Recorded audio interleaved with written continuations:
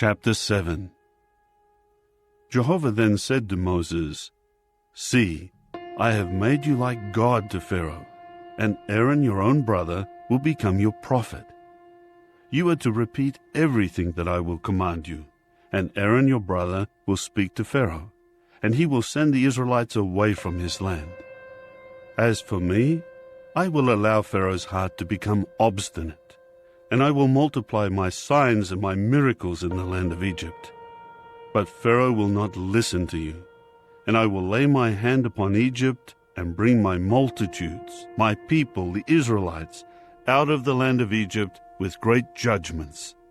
And the Egyptians will certainly know that I am Jehovah, when I stretch out my hand against Egypt and bring the Israelites out from among them." Moses and Aaron did what Jehovah had commanded them. They did just so. Moses was 80 years old, and Aaron was 83 years old when they spoke to Pharaoh.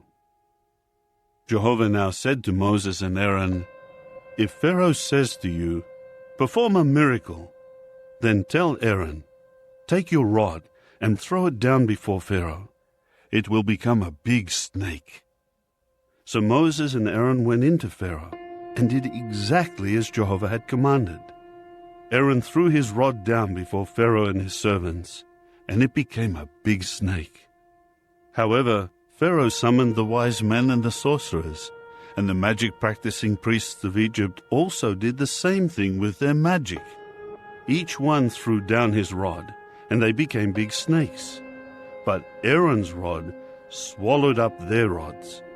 Still, Pharaoh's heart became obstinate, and he did not listen to them, just as Jehovah had said. Then Jehovah said to Moses, "Pharaoh's heart is unresponsive. He has refused to send the people away. Go to Pharaoh in the morning. Look, he is going out to the water. And you should station yourself to meet him by the edge of the Nile River, and take with you in your hand the rod that turned into a serpent. And you must say to him, 'Jehovah, the God of the Hebrews, has sent me to you. And he says, Send my people away, so that they may serve me in the wilderness. But you have not obeyed until now.' This is what Jehovah says, 'By this you will know that I am Jehovah. Here I am striking the water that is in the Nile River with the rod that is in my hand, and it will turn into blood. And the fish that are in the Nile will die, and the Nile will stink, and the Egyptians will find it impossible to drink water from the Nile.' Then Jehovah said to Moses, 'Say to Aaron, Take your rod and stretch out your hand over the waters of Egypt, over its rivers, over its canals, over its marshes, and over all its reservoirs, that they may become blood. There will be blood in all the land of Egypt, even in the wooden and stone containers.' Immediately Moses and Aaron did just as Jehovah had commanded. He lifted up the rod and struck the water that was in the Nile River before the eyes of Pharaoh and his servants, and all the water that was in the river was turned into blood. And the fish that were in the river died, and the river began to stink, and the Egyptians were unable to drink water from the Nile, and there was blood throughout the land of Egypt. Nevertheless, the magic-practicing priests of Egypt did the same thing with their secret arts, so that Pharaoh's heart continued to be obstinate, and he did not listen to them, just as Jehovah had said. Then Pharaoh returned to his house, and he did not take this to heart either. So all the Egyptians were digging all around the Nile for water to drink, because they could not drink any water of the Nile. And 7 full days passed after Jehovah struck the Nile. Chapter 8. Then Jehovah said to Moses, "Go into Pharaoh and say to him, 'This is what Jehovah says, Send my people away so that they may serve me. If you keep refusing to send them away, I will plague all your territory with frogs.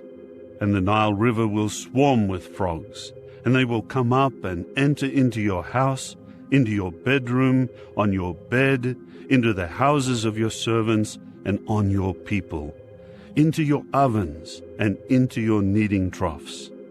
On you, on your people, and on all your servants, the frogs will come up. Jehovah later said to Moses, "Say to Aaron, stretch out your hand with your rod over the rivers, the Nile canals, and the marshes, and make the frogs come up over the land of Egypt." So Aaron stretched out his hand over the waters of Egypt, and the frogs began to come up and to cover the land of Egypt. However, the magic-practicing priests did the same thing by their secret arts, and they too made the frogs come up over the land of Egypt. Pharaoh then called Moses and Aaron and said, "Plead with Jehovah to remove the frogs from me and my people, as I want to send the people away, so that they may sacrifice to Jehovah." Then Moses said to Pharaoh, I leave to you the honor of telling me when I should plead to have the frogs removed from you, your servants, your people, and your houses. Only in the Nile River will they be left. To this he said, "Tomorrow." So he said, It will be according to your word, so that you may know that there is no one else like Jehovah our God. The frogs will depart from you, your houses, your servants, and your people. They will be left only in the Nile. So Moses and Aaron went out from Pharaoh, and Moses pleaded with Jehovah about the frogs that he had brought upon Pharaoh. Then Jehovah did as Moses asked, and the frogs began to die in the houses, the courtyards, and the fields. They were piling them up in countless heaps, and the land began to stink. When Pharaoh saw that there was relief, he hardened his heart, and he refused to listen to them, just as Jehovah had said. Jehovah now said to Moses, "Say to Aaron, stretch out your rod and strike the dust of the earth, and it must become gnats in all the land of Egypt." And they did this. Aaron stretched out his hand with his rod and struck the dust of the earth, and the gnats came on man and beast. All the dust of the earth became gnats in all the land of Egypt. The magic-practicing priests tried to do the same and produce gnats by their secret arts, but they could not. And the gnats came on man and beast. So the magic-practicing priests said to Pharaoh, "It is the finger of God." But Pharaoh's heart continued to be obstinate, and he did not listen to them, just as Jehovah had said. Then Jehovah said to Moses, "Get up early in the morning and station yourself in front of Pharaoh. Look, he is coming out to the water, and you must say to him, 'This is what Jehovah has said. Send my people away so that they may serve me. But if you do not send my people away, I will send on you, your servants and your people, and into your houses the gadfly. And the houses of Egypt will be full of gadflies, and they will even cover the ground they stand on.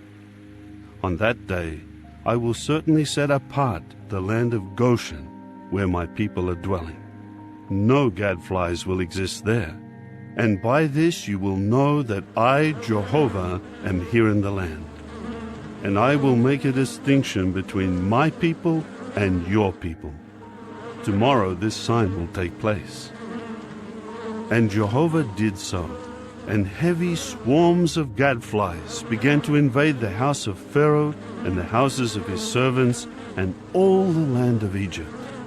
The land was ruined by the gadflies. Finally, Pharaoh called Moses and Aaron and said, "Go, sacrifice to your God in the land." But Moses said, It is not proper to do so, because what we would sacrifice to Jehovah our God would be detestable to the Egyptians. If we would make a sacrifice that was detestable to the Egyptians right before their eyes, would they not stone us? We will make a 3-day journey into the wilderness, and there we will sacrifice to Jehovah our God, just as he has said to us." Pharaoh now said, I will send you away to sacrifice to Jehovah your God in the wilderness. Only you must not go so far away. Plead in my behalf. Then Moses said, "Now I am going away from you, and I will plead with Jehovah, and the gadflies will depart from Pharaoh, his servants, and his people tomorrow. But Pharaoh must stop trifling with us by refusing to send the people away to sacrifice to Jehovah." Moses then went out from Pharaoh and pleaded with Jehovah. So Jehovah did according to Moses' word, and the gadflies departed from Pharaoh, his servants, and his people. Not one was left. However, Pharaoh again hardened his heart and did not send the people away.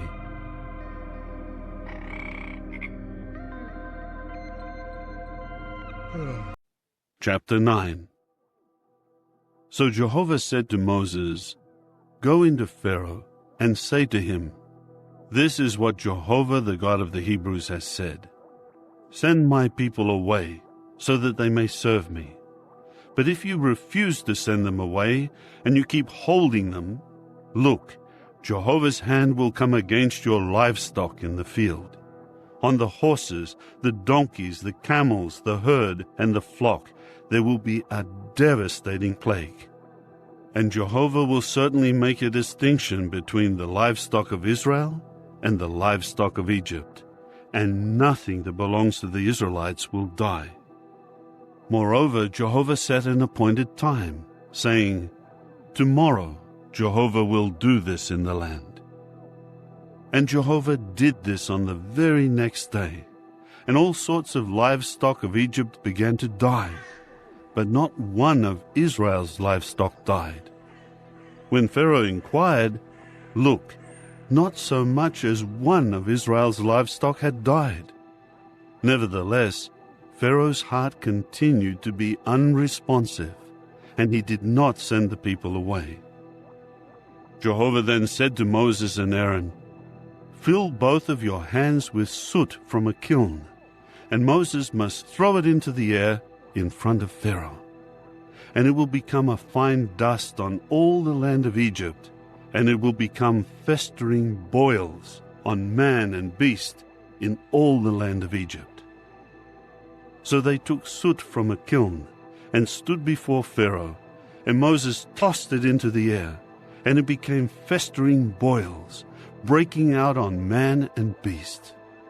The magic-practicing priests were unable to stand before Moses because of the boils, for they had developed on the magic-practicing priests and on all the Egyptians.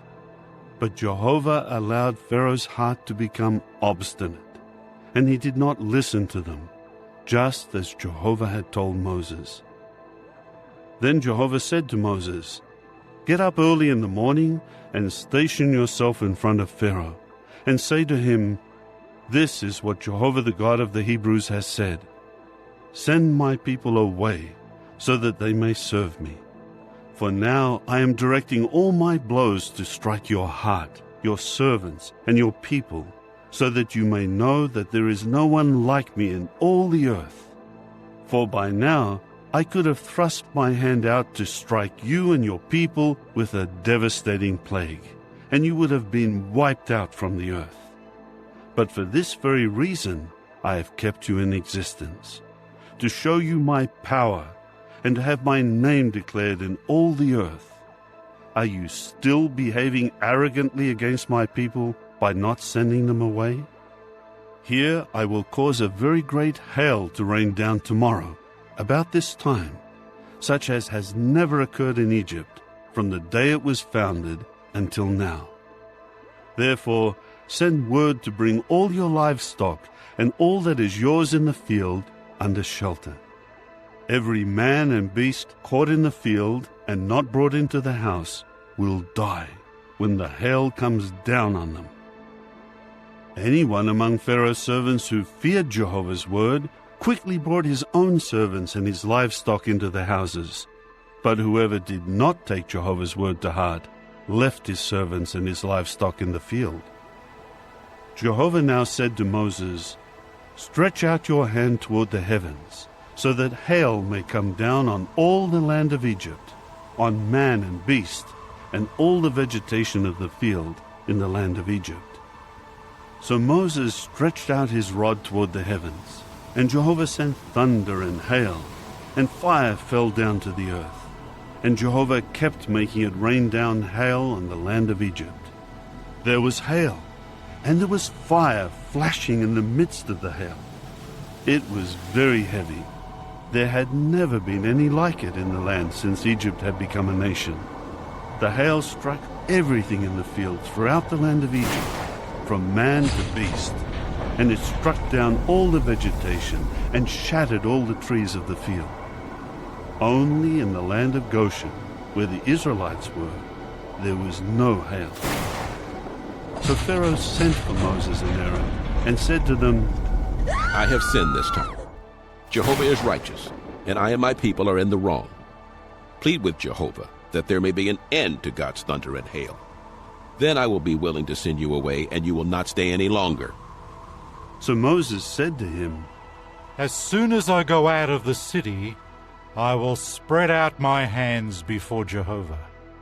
The thunder will stop, and the hail will not continue any longer, so that you may know that the earth belongs to Jehovah.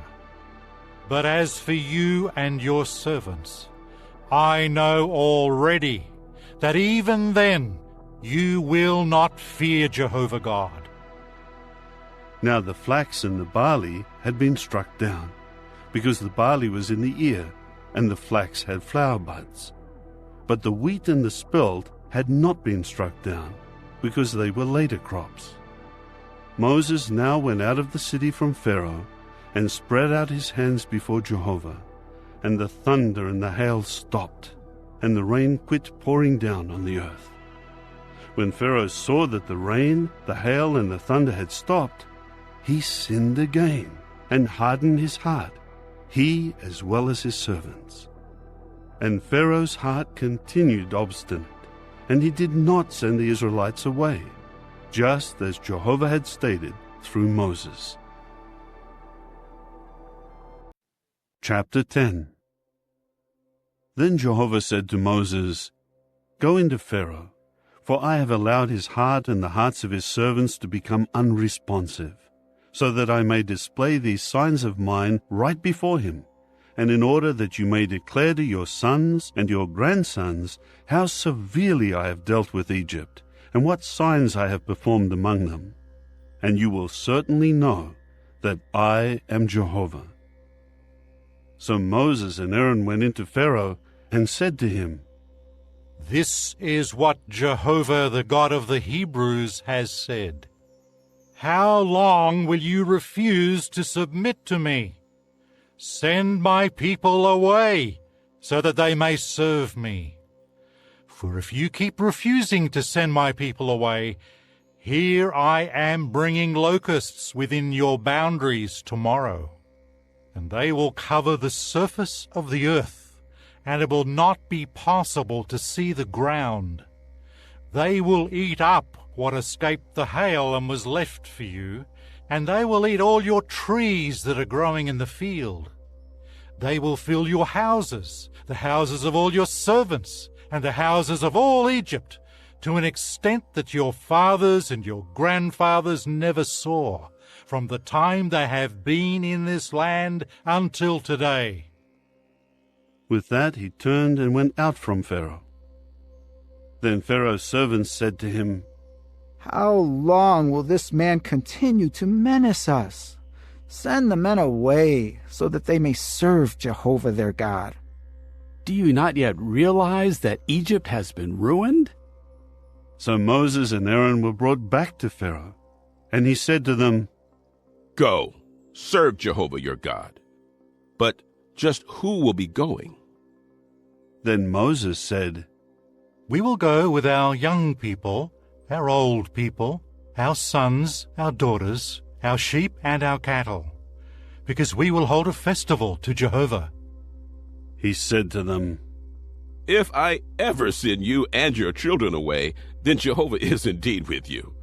It is clear that you intend to do something evil. No, only your men may go and serve Jehovah, for that is what you requested. With that, they were driven out from before Pharaoh. Jehovah now said to Moses, Stretch out your hand over the land of Egypt for the locusts, so that they may come up over the land of Egypt and eat up all the vegetation of the land, everything that the hail has let remain. At once Moses stretched out his rod over the land of Egypt, and Jehovah caused an east wind to blow on the land, all that day and all night. The morning came, and the east wind brought the locusts. And the locusts came up over all the land of Egypt, and settled down on the whole territory of Egypt. It was extremely severe. Never before had there been so many locusts, nor would there ever be so many again. They covered the surface of the entire land, and the land grew dark with them. They devoured all the vegetation of the land, and all the fruit of the trees that the hail had left. Nothing green was left on the trees, or on the vegetation of the field, in all the land of Egypt. So Pharaoh quickly called Moses and Aaron and said, I have sinned against Jehovah your God and against you. Now please, pardon my sin, just this once, and plead with Jehovah your God that he just remove this deadly plague from upon me. So he went out from Pharaoh and pleaded with Jehovah. Then Jehovah caused the wind to shift, and it became a very stiff west wind, and it carried the locusts away and drove them into the Red Sea. Not a single locust remained in all the territory of Egypt. However, Jehovah allowed Pharaoh's heart to become obstinate, and he did not send the Israelites away. Jehovah then said to Moses, Stretch out your hand toward the heavens, so that there may be darkness over the land of Egypt, a darkness so thick that it can be felt. Moses immediately stretched out his hand toward the heavens, and there was a dense darkness in all the land of Egypt for 3 days. They did not see one another, and none of them got up from where they were for 3 days. But all the Israelites had light in their dwellings. Pharaoh then called Moses and said, Go, serve Jehovah. Only your sheep and your cattle will remain behind. Even your children may go with you. But Moses said, You yourself will also provide us with sacrifices and burnt offerings, and we will offer them to Jehovah our God. Our livestock will also go with us. Not an animal will be allowed to remain, because we will be using some of them to worship Jehovah our God, and we do not know what we will offer in worship to Jehovah until we arrive there. So Jehovah allowed Pharaoh's heart to become obstinate, and he did not consent to send them away. Pharaoh said to him, Get out of my sight. Make sure that you do not try to see my face again, for on the day you see my face, you will die. To this Moses said, Just as you have spoken, I will not try to see your face again. Chapter 11. Then Jehovah said to Moses, One more plague I am going to bring upon Pharaoh and Egypt. After that he will send you away from here. When he does send you away, he will literally drive you out of here. Now tell the people that all the men and women should ask their neighbor for articles of silver and of gold. And Jehovah gave the people favor in the eyes of the Egyptians. Moreover, Moses himself had become highly esteemed in the land of Egypt, among Pharaoh's servants and among the people. Moses then said, This is what Jehovah has said. About midnight I am going out into the midst of Egypt, and every firstborn in the land of Egypt will die, from the firstborn of Pharaoh, who is sitting on his throne, to the firstborn of the slave girl who is working at the handmill, and every firstborn of the livestock. Throughout all the land of Egypt there will be a great outcry, such as has never occurred nor will ever occur again. But not even a dog will bark at the Israelites, at the men or their livestock, so that you may know that Jehovah can make a distinction between the Egyptians and the Israelites. And all your servants will certainly come down to me and prostrate themselves to me, saying, Go, you and all the people who follow you. And after that, I will go out. With that, he went out from Pharaoh in the heat of anger. Jehovah then said to Moses, Pharaoh will not listen to you, in order for my miracles to be multiplied in the land of Egypt.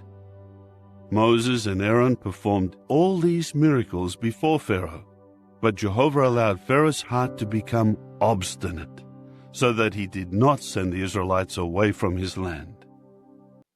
Chapter 12.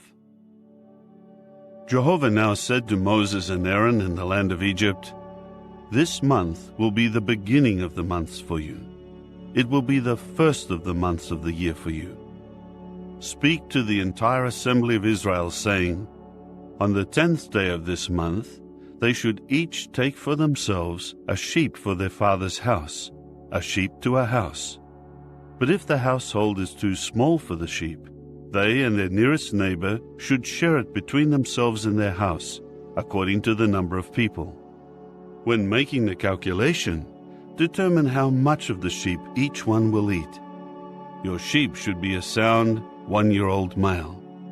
You may choose from the young rams or from the goats. You must care for it until the 14th day of this month, and the whole congregation of the assembly of Israel must slaughter it at twilight. They must take some of the blood and splash it on the 2 doorposts and the upper part of the doorway of the houses in which they eat it. They must eat the meat on this night. They should roast it over the fire and eat it along with unleavened bread and bitter greens. Do not eat any of it raw or boiled, cooked in water, but roast it over the fire, its head together with its shanks and its inner parts. You must not save any of it until morning, but any of it left over until morning you should burn with fire. And this is how you should eat it, with your belt fastened, sandals on your feet, and your staff in your hand, and you should eat it in a hurry. It is Jehovah's Passover. For I will pass through the land of Egypt on this night, and strike every firstborn in the land of Egypt, from man to beast, and I will execute judgment on all the gods of Egypt. I am Jehovah. The blood will serve as your sign on the houses where you are, and I will see the blood and pass over you, and the plague will not come on you to destroy you when I strike the land of Egypt. This day will serve as a memorial for you, and you must celebrate it as a festival to Jehovah throughout your generations. As a lasting statute, you should celebrate it. 7 days you are to eat unleavened bread. Yes, on the first day you are to remove the sourdough from your houses, because anyone eating what is leavened from the first day down to the 7th, that person must be cut off from Israel. On the first day you will hold a holy convention, and on the 7th day another holy convention. No work is to be done on these days. Only what every person needs to eat, that alone may be prepared for you. You must keep the festival of unleavened bread, for on this very day I will bring your multitudes out of the land of Egypt. And you must keep this day throughout your generations as a lasting statute. In the first month, on the 14th day of the month, in the evening, you are to eat unleavened bread until the 21st day of the month, in the evening. No sourdough is to be found in your houses for 7 days, because if anyone eats what is leavened, whether he is a foreigner or a native of the land, that person must be cut off from the assembly of Israel. You should not eat anything leavened. In all your homes you are to eat unleavened bread." Moses promptly called all the elders of Israel and said to them, "Go and select young animals for each of your families and slaughter the Passover sacrifice. Then you must dip a bunch of hyssop into the blood that is in a basin, and strike the upper part of the doorway and the 2 doorposts with the blood. And none of you should go out of the entrance of his house until morning. Then when Jehovah passes through to plague the Egyptians and sees the blood on the upper part of the doorway and on the 2 doorposts, Jehovah will certainly pass over the entrance, and he will not allow the plague of death to enter into your houses. You must observe this event as a lasting regulation for you and your sons. And when you come into the land that Jehovah will give you, just as he has stated, you must keep this observance. And when your sons ask you, "What does this observance mean to you?" you must say, "It is the sacrifice of the Passover to Jehovah, who passed over the houses of the Israelites in Egypt when he plagued the Egyptians. But he spared our houses." Then the people bowed low and prostrated themselves. So the Israelites went and did just as Jehovah had commanded Moses and Aaron. They did just so. Then at midnight, Jehovah struck down every firstborn in the land of Egypt, from the firstborn of Pharaoh, who was sitting on his throne, to the firstborn of the captive, who was in the prison, and every firstborn of the animals. Pharaoh got up that night, along with all his servants and all the other Egyptians, and there was a great outcry among the Egyptians, because there was not a house where someone was not dead. At once he called Moses and Aaron by night and said, "Get up, get out from among my people, both you and the other Israelites. Go and serve Jehovah, just as you have said. Take also your flocks and your herds and go, just as you have said. But you must also bless me." And the Egyptians began to urge the people to depart quickly out of the land, because, as they said, "We are all as good as dead." So the people carried their flour dough before it was leavened, with their kneading troughs wrapped up in their clothing on their shoulder. The Israelites did what Moses had told them, and asked the Egyptians for articles of silver and of gold, as well as clothing. Jehovah gave the people favor in the eyes of the Egyptians, so that they gave them what they asked for, and they plundered the Egyptians. Then the Israelites departed from Ramesses for Succoth, about 600,000 men on foot, besides children. And a vast mixed company also went with them, as well as flocks and herds, a great number of livestock. They began to bake the dough that they brought from Egypt into round loaves of unleavened bread. It was not leavened, because they had been driven out of Egypt so suddenly that they had not prepared any provisions for themselves. The dwelling of the Israelites who had dwelled in Egypt was 430 years. At the end of the 430 years, on this very day, all the multitudes of Jehovah went out of the land of Egypt. It is a night on which they will celebrate Jehovah's bringing them out of the land of Egypt. This night is to be observed to Jehovah by all the people of Israel throughout their generations. Then Jehovah said to Moses and Aaron, "This is the statute of the Passover. No foreigner may eat of it. But if someone has a slave man who was purchased with money, you should circumcise him. Only then may he share in eating it. A settler and a hired worker may not eat of it. In one house it is to be eaten. You must not take any of the meat outside of the house, and you must not break any of its bones. All the assembly of Israel are to celebrate it. If a foreigner resides with you, and he wants to celebrate the Passover to Jehovah, every male of his must be circumcised. Then he may come near to celebrate it, and he will become like a native of the land. But no uncircumcised man may eat of it. One law will apply for the native and for the foreigner who is residing among you. So all the Israelites did just as Jehovah had commanded Moses and Aaron. They did just so. On this very day, Jehovah brought the Israelites along with their multitudes out of the land of Egypt.